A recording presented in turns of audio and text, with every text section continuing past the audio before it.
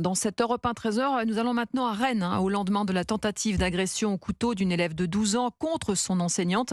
Une enquête a été ouverte pour tentative d'homicide volontaire. La collégienne, qui a été hospitalisée et jugée dangereuse pour elle-même, s'était déjà fait remarquer en raison de son comportement instable.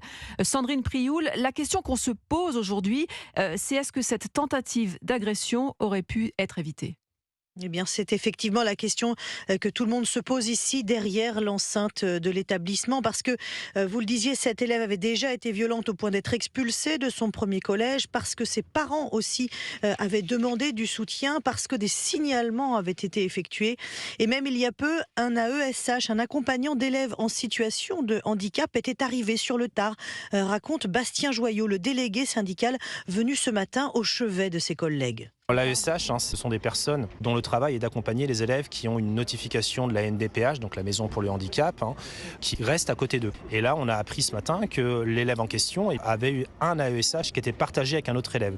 Or, hier, il n'y avait pas d'AESH.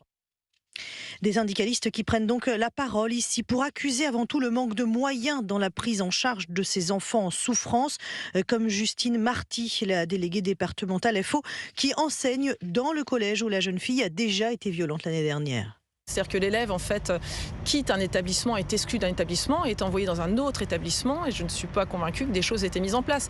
Mais la question, c'est qu'est-ce qui a été fait entre-temps par l'éducation nationale ? Donc peut-être qu'il y a eu tout un suivi psychologique. Mais j'ai un doute. Est-ce que cet élève vraiment aurait dû être dans cet établissement scolaire ? C'est ça la question. Pour l'heure, la cellule psychologique continuera de soutenir un des enfants qui sortent ici très éprouvés du collège depuis ce matin. Sandrine Prioul, correspondante Europe 1 dans le Grand Ouest.